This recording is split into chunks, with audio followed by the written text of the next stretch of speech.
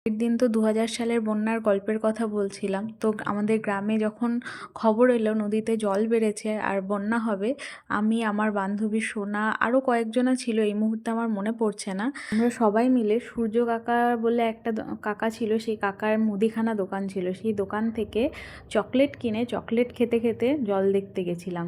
তো জল দেখে আমাদের তো ভীষণ এক্সাইটমেন্ট, মানে আমরা ভীষণ খুশিতে ছিলাম যে নদীতে জল বেড়েছে।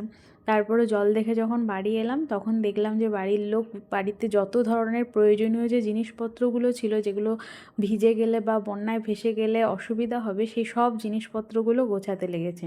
তারপরে বাড়ি থেকে বলল যে আমাকে, আমার মাকে আর আমার ছোটো পিসিকে ডাঙায় দিয়ে আসা হবে। তো আমরা সবাই বললাম যে আমি বন্যা দেখব, যাব না। তো আমি বন্যা দেখব বলে তখন বাড়ির সবাই বলল যে ঠিক আছে তাহলে চল, যেতে হবে না, থেকে যা, কারণ তার আগে ১৯৮৫ সালের পরে সেরকম বড় বন্যা আর হয়নি।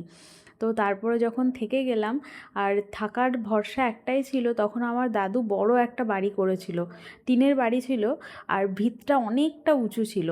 আমাদের গ্রামে বন্যা হয় বলেই কিন্তু ভিতটা অতটা উঁচু করে বানানো হয়েছিল। ওই ঘরের ভেতরেই একটা খাট, সেই খাটের ওপরে আবার একটা চুকি পাতা হয়েছিল, যাতে বন্যায় যখন জল আসবে তখন ওই ওই ওপরে উঠে থাকা যায়। তারপর রাত হলো, আর তখন আমরা উঠোনে দাঁড়িয়ে সবাই অপেক্ষা করছিলাম যে কখন জল ঢুকবে। তো তারপরে দূর থেকে অদ্ভুত একটা শব্দ শোনা যাচ্ছিল, যে কিছু একটা আসছে।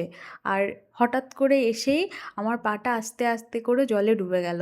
মানে সেই ফিলিংসটা আমি আজও ভুলতে পারিনি। তারপরে আর সেদিন রাতের কথা আমার আর কিছু মনে নেই, হয়তো ঘুমিয়ে গেছিলাম। তারপর সকালবেলা উঠে দেখেছিলাম যে চারিদিকে ঘোলা জল, সেই পলি মিশ্রিত যে জল, কাদা পলি মিশ্রিত যে জলটা, সেই সেই কালারের জলটা। না, যে কদিন চলেছিল সে কদিন সবার খাবার ভীষণ অসুবিধা হয়েছিল। কেউ ভাত খেতে পারেনি, কারণ রান্না করার কোনো জায়গা ছিল না। সবাইকে শুকনো খাবার, চিড়ে মুড়ি এসব খেয়েই দিন কাটাতে হয়েছিল।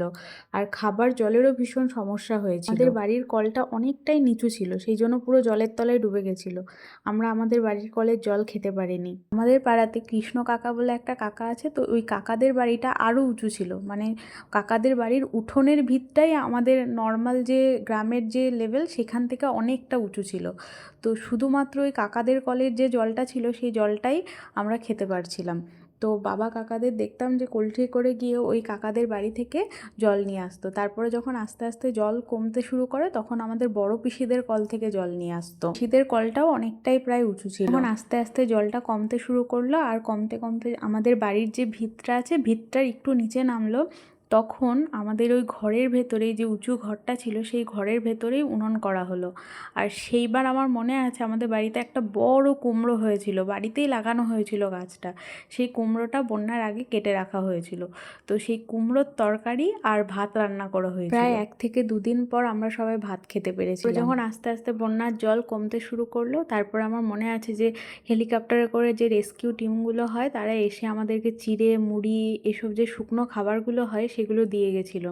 আবার কিছুদিন পরে শহর থেকে যে জামা কাপড়গুলো ডোনেট করা হয়, সেই ডোনেট করা জামা কাপড়গুলো আমাদের গ্রামে বিলি করতে এসেছিলো।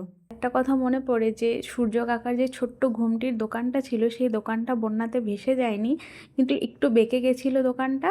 আর ওই দোকানের ভেতরে যত মালপত্র ছিল সেই সব মালপত্রগুলো সব ভিজে গেছিলো।